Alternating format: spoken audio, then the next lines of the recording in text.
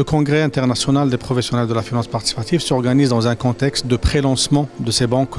au Maroc. Nous avons estimé au sein de Financité, avec nos partenaires banques marocaines qui se préparent à se lancer, qu'il était moment de réunir une expertise internationale pour échanger, pour discuter et pour apprendre l'un des autres les particularités de ce contexte de pré-lancement. Donc c'est la raison pour laquelle notre événement a été structuré dans son contenu autour d'un certain nombre de thématiques très intéressantes à comprendre, à maîtriser pour les banques participatives. Et c'est la raison pour laquelle nous avons aussi invité une expertise internationale qui est passée par le même cheminement que l'autre, à savoir lancement d'une banque participative et son développement.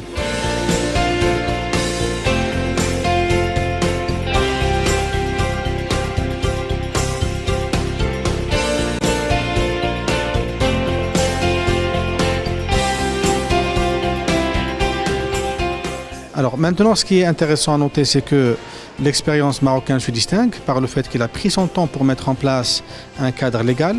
complet, structuré, sur un certain nombre d'aspects qui sont très importants pour le développement de la finance islamique, ce que nos voisins, par exemple, n'ont pas fait. Cela étant dit, cela n'a pas empêché nos voisins d'avoir un certain nombre d'expériences qui sont plus ou moins réussies et de laquelle nous pouvons peut-être noter un certain nombre de points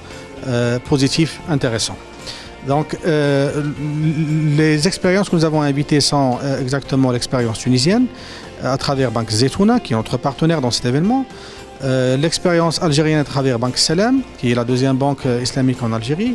et l'expérience mauritanienne à travers la Banque islamique de Mauritanie, qui est la filiale de la holding Tamwil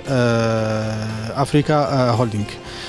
Nous sommes satisfaits des travaux de ce congrès, puisque nous avons noté un niveau très élevé d'échange et un approfondissement assez intéressant, on va dire, sur un certain nombre de volets relatifs aux particularités des métiers de la finance islamique.